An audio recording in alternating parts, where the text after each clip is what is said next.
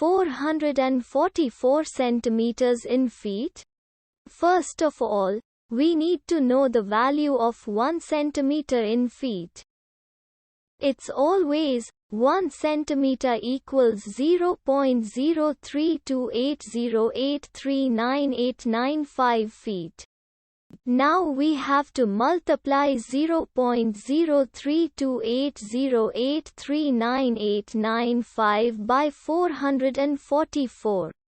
Therefore, 444 centimeters times 0.03280839895 feet equals 14.56692913338 feet.